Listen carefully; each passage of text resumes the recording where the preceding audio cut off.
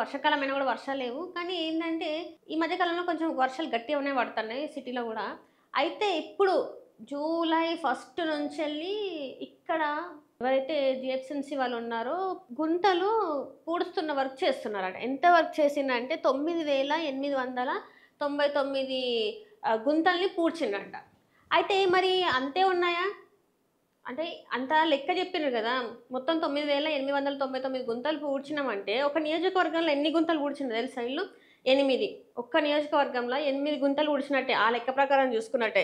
గత 2 నెలలుగా నగరంలోని రోడ్ల మీద ప్రతిరోజు సుమారు 180 గుంతలు పూడ్చేస్తున్నామని ఘనంగా ప్రకటించిన జీహెచ్ఎంసీ. అంటే రోజుకి ఒక్క అసెంబ్లీ నియోజకవర్గ పరిధిలో 8 గుంతల చొప్పున రిపేర్ జేస్తున్నారు. అబ్బో! చాలా పెద్ద పనే జేస్తున్నారని సోషల్ మీడియాలో నగరవాసులు సెట్ అయ్యిర్రు. మరి నిజంగానే ఒక్క నియోజకవర్గంలో 8 గుంతలు పూడ్చడం ఏంటని నాకు అర్థం కాదు. అసలు మా నియోజకవర్గంలోనైతే గుంతలు పూడ్చిందయితే అసలు దాఖలాలే లేవు. ఎందుకంటే ఈ రోజుకి ఇప్పటికి వర్షం నీళ్ళు మా ఏరియాకొస్తే వర్షం నీళ్ళు ఈ రోజు మరి వర్షం ఎప్పుడు పడింది? ఈ 2, 3 రోజుల్లో అయితే వర్షం లేదు గదా! అప్పుడే మొన్నెప్పుడో పడిన వర్షాల నీళ్ళు ఈ రోజుకి ఇప్పటికి అట్లనే ఉన్నాయి. నడుచుకుంటూ ఎళ్ళే వాళ్ళ పరిస్థితి అయితే చాలా దారుణమైన పరిస్థితి. ఎందుకంటే కనీసం నడిచడానికి కూడా పక్కన స్పేస్ ఉండదనమాట. ఆ నీళ్ళ నుంచెల్లే నడవాలి. ఆ నీళ్ళ నుంచెల్లి ఎళ్ళాలి. ఎందుకంటే పక్క నుంచెల్లి వెహికల్స్ ఏమైనా వస్తే మాత్రం ఇంక అంతే. ఇంకా అసలు ఆ నీళ్ళు మన మీద పడాల్సిందే. సో, ఇప్పుడు నేను చెప్పేదేంటంటే వీళ్ళు గొప్ప చెప్పుకుంటున్నారు గదా! 9,899 అని జెప్పేసి. లెక్క మాత్రం ఇట్లా పెద్దగా కనబడుతుంది గానీ నిజంగా రియాలిటీలో అంత వర్క్ అయితే నిజంగా జరగట్లేదని జెప్పేసి నేను చెప్తున్నా. ఎందుకంటే దానికే మా ఏరియానే ఆహ్, బెస్ట్ ఎగ్జాంపుల్. ఇది ఇప్పుడే గాదు. ప్రతిసారి వర్షాలు పడ్డప్పుడు ఇదంతే అయితది. ప్రతిసారి అక్కడున్న ఎవరైతే నివాసులు ఉంటారో వాళ్ళందరూ చాలా ఫేస్ చేస్తూనే ఉన్నారు ఈ ప్రాబ్లమ్‌ని. ఇంతవరకు దీన్ని రెక్టిఫై చేసింది లేదు. నేనేమి ఆ ఏరియాలో నిన్న మొన్న నుంచెల్లి ఉండట్లేదు. కొన్ని ఇయర్స్ నుంచి నేను అక్కడే ఉన్నా. అక్కడ మాత్రం అదే ప్రాబ్లమ్. రోడ్ అయితే ఇంకా అధ్వానంగా ఉంటది. ఆ ఒక్క ప్లేసే గాదు. ఇంకా రోడ్ అయితే కింద పడితే మాత్రం ఒక్కవేళ బై మిస్టేక్‌లో మనం జారి కింద పడిన బైక్ మించెల్లి కింద పడినా మాత్రం ఇంక అంతే. మంచిగా గట్టిగా దెబ్బలు తాకుతాయి. అంత గుంతలుంటాయన్నమాట. మామూలు గుంతలు గాదు. అసలు ఆ రోడ్ ఎలా ఉంటదంటే ఒక ముందు టైర్ మొత్తం బైక్ ముందు టైర్ మొత్తం ఇట్లా లోపలికెళ్ళిపోతది. అంత పెద్ద పెద్ద గుంతలుంటాయి. ఇంకా వర్షాలు పడినప్పుడైతే ఎక్కడ ఏ రోడ్డు ఎక్కడ అడుగులెయ్యాలని జెప్పేసి చూసుకొని నడవాల్సిన పరిస్థితి. అంత ఘోరంగా ఉంటది. డ్రైనేజ్ అయితే ఎప్పుడు ఓవర్‌ఫ్లో ఉంటూనే ఉంటది. అన్ని ప్రాబ్లమ్స్ ఉన్నాయి. వీళ్ళు ప్రాబ్లమ్స్ అన్నీ క్లియర్ అయిపోయినాయి. మేము చాలా గొప్ప వర్క్ చేస్తున్నాం అని చెప్పేసి ఎట్లా చెప్పుకుంటున్నారు ఏందనేది నాకైతే అర్థమైతలేదు. మరి మా మా ఏరియాకి మరి జీహెచ్ఎంసీ వర్కర్స్ రాలేదా? మరి మా ఏరియాని పట్టించుకోలేదా అనేది కూడా నాకు తెలుస్తలేదు. ఇట్లా ఒక్క మా ఏరియానే కాదు. చాలా ఏరియాస్‌లో ఈ పద్ధతి ఉంది. అంటే ఈ గుంతలు ఎంతవరకి ఉన్నాయనేది ఒక్క ఈ ఏరియాలో కాదు. ఎందుకంటే నేను తిరుగుతూ ఉంటా కాబట్టి నాకు తెలుస్తది. రోడ్స్ అన్నీ ఎట్లా ఉన్నాయి ఏంటని. కొన్ని రోడ్స్ చూస్తానయితే. నిన్న కూడా నేను ఒక రోడ్ చూసినా, బండి మీద ఎళ్తుంటే భయమేస్తుంది. వణకే వస్తుంది. ఎందుకంటే కొంచెం అటు ఇటు అంటే ఆ గుంతలలో పడిపోతుంది.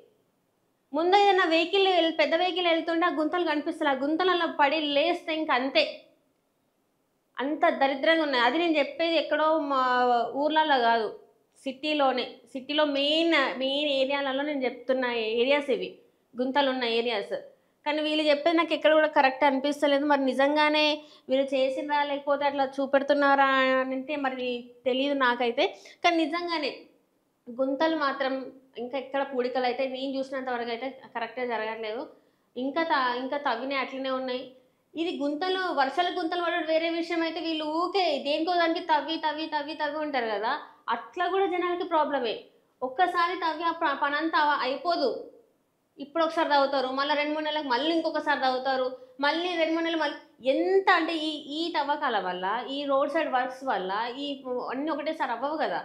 దానివల్ల గూడా చాలా సార్లు ట్రాఫిక్‌కి ఎంత అంతరాయం అంటే నిజంగా చాలా అసలు మన సిటీలో ఇంత ఘోరంగా ఉంటదా సిస్టమ్ అని చెప్పేసి అప్పుడప్పుడు అనిపిస్తది. ఎందుకంటే మన సిటీని చెప్తాం గదా!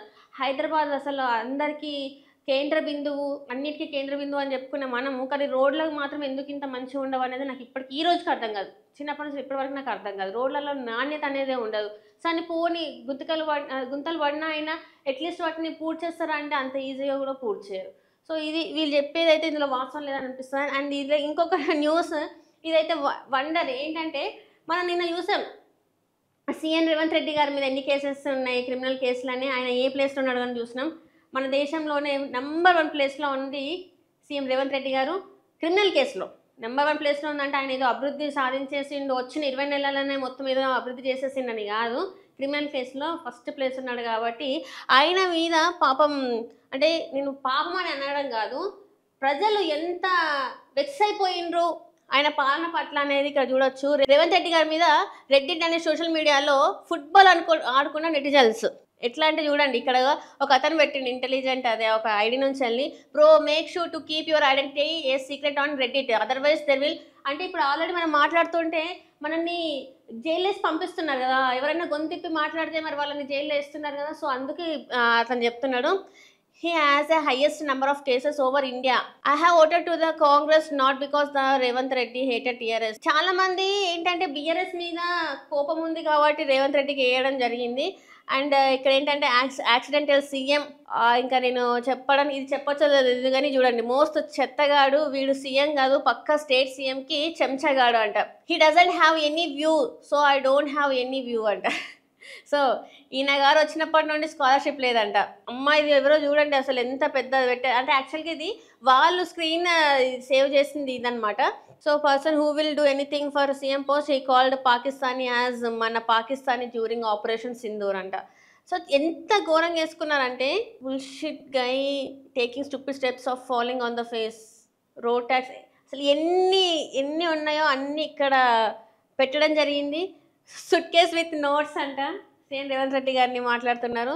3rd grade loafer doesn't have any love for the land and its people, everything is politics for him. ప్రతిదీ ఆయనకు పాలిటిక్స్ అని చెప్పేసి ఇంకొక అతను చెప్పడం జరిగింది. ఇంకొకటి అయితే నేను చూశాను ఇందులో, ఒకటి ఏంటంటే 31 chief minister Revanth Reddy leads 89 cases ఉన్నాయంట ఇతని మీద, క్రిమినల్ కేసెస్. ఇక్కడ ఒకటి ఉంటుంది అసలు, he was a criminal and land shark, అంటే ల్యాండ్ని తినేసే అతను అని చెప్పేసి కూడా చెప్పడం జరిగింది. చాలా ప్రతి ఒక్కరు కూడా చూస్తే ఒక్కొక్కరు పెద్ద చాటబాటమే పెట్టిండ్రు, అంటే ఎవరెవరు ఎంత అంటే ఇబ్బంది పడుతున్నారు అనేది చాలా క్లియర్గా ఒక్కొక్క అకౌంట్ నుంచి వెళ్ళి చూడండి. మొత్తం 4th ఇక్కడ చూస్తుంటే 4th సిటీ అంటాడు, హెచ్వి అంటాడు, వేటికి సంబంధం లేకుండా బీసీ రిజర్వేషన్ అంటాడు అంట. చూడు వచ్చి 2 years వస్తుంది, ఒక్క స్కీమ్ ఫుల్గా ఇంప్లిమెంట్ అవ్వలేదు. స్కీమ్ ఏంటంటే డెవలప్మెంట్ ముఖ్యం అంటే ఒక మేజర్ ప్రాజెక్ట్ స్టార్ట్ చేసింది లేదు, ఏది లేదు. నెక్స్ట్ మేజర్ ప్రాజెక్ట్ ఇంప్లిమెంట్ ఏంటి అంటే కేసీఆర్ని హరీష్ రావుని అరెస్ట్ చేయడమే అని చెప్పేసి ఒక అకౌంట్ నుంచి చాలా పెద్దది అనమాట ఆయన పెట్టింది. What I understood is talks big about delivers very little అంట. ఇది నాకు అర్థం కాలేదు మరి ఇదేంటి అనేది. ఇంకొక కామెంట్ ఏంటంటే రేవంత్ బి లైక్ అని చెప్పేసి కోతికి కొబ్బరి చిప్ప దొరికినట్టు అని చెప్పేసి ఒక కామెంట్ కూడా ఉంటుంది అనమాట. సో నేను అది చూసి ఇదే ఇట్స్ ఎ పర్ఫెక్ట్ కోతికి కొబ్బరి చిప్ప దొరికిన situation. A leader without vision is just a magician without an audience, all tricks no impact. సీరియస్గా అట్లనే ఉంది. ఎందుకంటే రేవంత్ రెడ్డి గారు అంటే అధికారంలోకి వచ్చే ముందు మమ్మల్ని గెలిపిస్తే మీ తెలంగాణ ప్రజలకి అసలు కని విని ఎరగని రకాలుగా ఉంటాయి పరిస్థితులు అని చెప్పేసి చాలా నమ్మవలికిండు అందరినీ, రైతులని కావచ్చు, ఉద్యోగులని కావచ్చు, స్టూడెంట్స్ని కావచ్చు, ప్రతి ఒక్కరిని చాలా చాలా అంటే చాలా చేసి నమ్మకాన్ని అంటే గెలుచుకున్నారు. మొత్తానికి అయితే ఓట్లు అయితే పడినాయి. కానీ ఆ ఓట్లు పడిన తర్వాత పరిస్థితి ఏంది?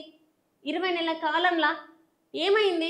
నిరుద్యోగులు ఉద్యోగాలు అడిగితే వాళ్ళ మీద కేసులు పెట్టిండ్రు, ఎఫ్ఐఆర్ ఫైల్ చేసిండ్రు. ఇప్పుడు వాళ్ళ పరిస్థితి ఏంది? మీరే ఇస్తా అని చెప్పిండ్రు, అన్నీ మీరే చేస్తా అని చెప్పిండ్రు.